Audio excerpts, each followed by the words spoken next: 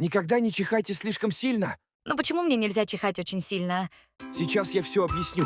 Ну а если ты считаешь эту пушистую кошечку хоть немного милой, то ставь лайк и подписывайся на канал. Посмотри и на эту крутую собачку, ей очень грустно, потому что она болеет неизлечимой болезнью, и ей осталось жить очень мало времени. Пиши эмодзи сердечко в комментарии, если ты хочешь, чтобы она жила вечно. Ну а если ты все это сделал, то 50 тысяч ангелов будут вечность оберегать тебя и твоих родителей. Чихнув слишком сильно, вы можете сломать свой позвоночник, так что не чихайте очень сильно.